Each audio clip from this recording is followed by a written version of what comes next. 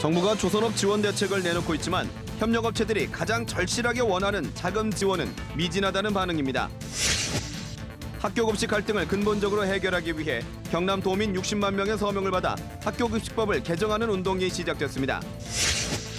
범죄를 예방하기 위해 생활 환경을 개선한 이후 실제로 범죄가 줄어드는 성과가 나 시군으로 확대 적용됩니다.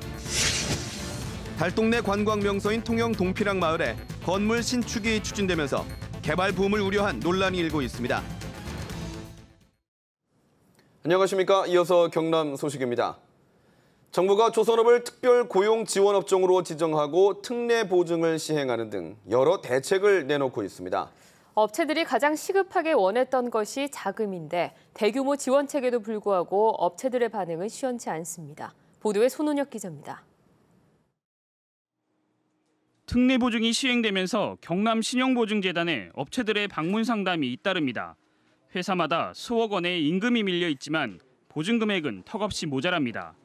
이 좋은 게 상품입니다. 지금 현재 저희가 이거 지금 정부에서 1,000억 푼다고 해가지고 지금 한도는 지금 사내는 무조건 5천만 원. 사내 협력사를 운영하고 있는 최경주 씨는 특례 보증이 안 된다는 답변을 들었습니다. 기술보증기금 1억 원 대출이 있다는 이유에서입니다. 기업하는 기업주들이 대부분이 기술보증기금이나 신용보증기금에 이게 보증서를 끊어서 은행하고 돈을 빌려 쓰고 있는 상태거든요.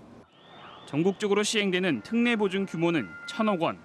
이 같은 지원이 가뭄의 단비 역할을 할 것으로 기대됐지만 조건이 만만치 않은 데다 조선협력사보다 지역 소상공인 지원에 오히려 중점을 두고 있어 수혜가 적다는 지적도 나옵니다. 예산이 많으면 더 해주면 좋겠지만 신기부가 할 거라고 보고 있고요. 저희는 소상공인 쪽으로 집중하는 게 더 좋을 것 같습니다. 조선협력사들은 최근 조사에서 절반 이상이 현재와 같은 상황이 지속되면 3년 이상 버틸 여력이 없다고 했고 추가 대출과 상환기간 연장, 특례 보증 지원이 시급하다고 답했습니다. 이런데도 큰 규모로 운용되는 기술보증기금과 신용보증기금에서는 관련 대책이 나오지 않고 있습니다. KBS 뉴스 손원혁입니다.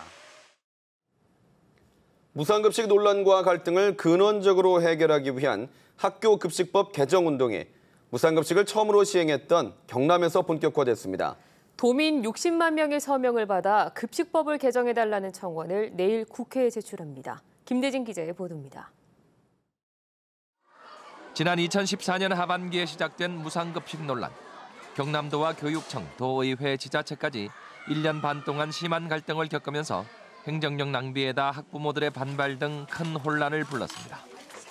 무상급식 예산 배분 문제를 둘러싼 경남발 갈등은 전국으로 확산됐습니다. 이런 갈등을 근원적으로 해결하자는 목소리가 학교급식법 개정을 위한 청원 서명운동으로 이어져 지난해부터 60만 명 이상이 동참했습니다. 급식법 개정에 대한 도민의 간절한 소망을 함께하였고 이제 우리는 20대 국회에서 경남 도민의 뜻을 받아들여 학교급식법이 개정되기를 간절히 소망하면서 법 개정 내용의 핵심은 예산 분담 비율에 명문합니다. 정부와 지자체, 교육청이 각각 50%와 25% 정도로 분담 비율을 미리 정해서 갈등을 사전에 막자는 것입니다. 야당을 비롯해 새누리당 의원들까지도 최대한 공론화를 통해 법 개정을 추진한다는 계획입니다. 하나의 단일 법률을 개정하기 위한 지역 학부모님들, 도민들의 노력으로서는 유례를 찾을 수 없는 의미 있는 우리 도민들의 마음이었다고 저는 생각합니다. 경남교육청과 학부모단체는 60만 명의 서명을 내일 국회에 전달하고 법 개정을 청원할 계획입니다. KBS 뉴스 김대진입니다. 가로등을 설치해 어두운 골목을 밝히고 벽화를 그려 분위기를 바꿔 범죄를 예방하는 방법을 셉테드라고 하는데요. 이 사업이 시행된 이후 실제로 범죄가 줄어드는 성과가 나타나면서 점차 확대되고 있습니다. 보도에 김준원 기자입니다. 초등학생과 고교생의 등하굣길인 토월천 다리입니다. 70m마다 다리 양쪽에 벽화가 그려졌습니다. 꽃들과 무지개들이 밝고 깔끔한 느낌을 줍니다. 다리 주변에 가로등 9개도 새로 설치됐습니다. 창원지검과 창원시가 거리 디자인을 바꿔 범죄를 예방하는 셉테드를 적용한 거리를 만든 겁니다. 이 주변이 너무 어두워서 범죄 예방을 하기 위해서 벽화를 그려 넣었습니다. 밝고 이렇게 그림도 단순하면서도 효과를 너무 많이 주어서 범죄 예방 디자인 사업은 밝고 깨끗한 환경이 갖춰지면 범죄가 줄어든다는 이론을 바탕으로 경남에는 최근에 도입됐습니다. 이렇게 벽화를 그리는 것뿐만 아니라 도로폭을 넓히거나 가로등 개수를 늘리는 등 다양한 기법들이 사용되고 있습니다. 이른바 담배골목으로 불리던 진주시 대안동에서는 이 사업 이후 1년 동안 범죄가 한 건도 없었고 통영 도남동도 4개월 동안 절도가 없는 등 실제 효과로 이어지고 있습니다. 만족도 조사에서 90%가 상당히 만족하는 걸로 응답을 했고 74%가 범죄 두려움이 없어졌다고 응답을 했습니다. 경상남도는 지난해 2곳에서 올해 4곳으로 사업을 확대해 시행할 예정입니다. KBS 뉴스 김준원입니다.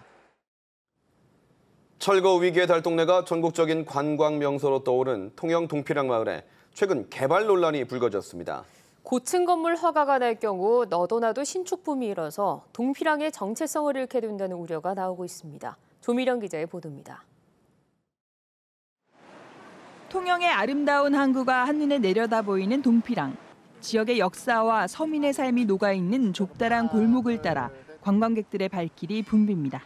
촬영지도 있고 이래서 바다랑 같이 벽화도 보고 이러니까 너무 예쁜 것 같아요. 철거 대상이었던 동피랑은 지난 2006년 11월 지역 시민단체의 주도로 벽화마을로 다시 태어났습니다. 하지만 최근 동피랑 마을 중심에 지하 1층, 지상 4층 규모의 건물 신축 허가 신청을 두고 개발 논란이 불거졌습니다. 통영시는 조망권 침해 등을 이유로 허가 신청을 반려했지만 국민권익위원회는 지난달 24일 건축 허가를 권고했습니다. 옛것을 그래도 가능한 보존하는 그런 방법으로 유지되어 왔는데 점진적으로 이제 그 건물을 지으려고 그러실 것이고 그러면 현대적인 상업적인 거리로 바뀔 수밖에. 이렇게 1, 2층 높이로 옛 모습 그대로 보존된 동피랑 마을에 너도나도 고층 건물 짓기 붐이 일 우려가 나오고 있습니다. 때문에 통영시가 대책을 마련해야 한다는 지적이 제기됩니다. 가이드라인이 형성이 되면은 거기에 따른 스카이라인이 자정도기로 조정이 될 거고 시조례 제정을 해서 지속적인 관리를. 벽화마을로 거듭난 지 9년 만에 불거진 개발 논란이 동피랑의 정체성에 어떤 영향을 줄지 주목됩니다. KBS 뉴스 조미령입니다.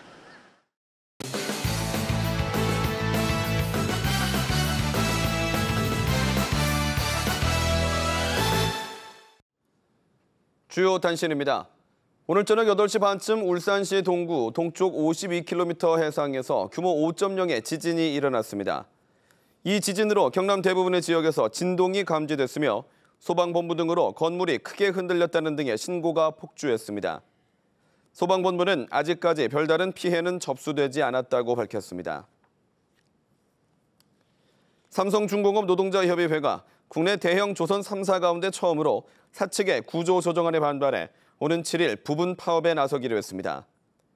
삼성중공업 노동자협의회는 오늘 대의원 대회를 열어 사측의 구조조정안 철회를 촉구하기 위해 오는 7일 오후 1시부터 4시간 동안 파업 투쟁을 벌이겠다고 밝혔습니다.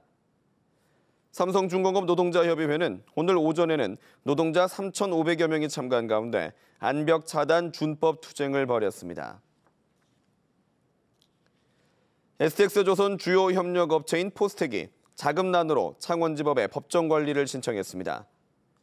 포스텍은 STX조선으로부터 납품대금을 받지 못해 하청업체 600곳에 240억 원을 주지 못하자 법정 관리를 신청한 것으로 알려졌습니다.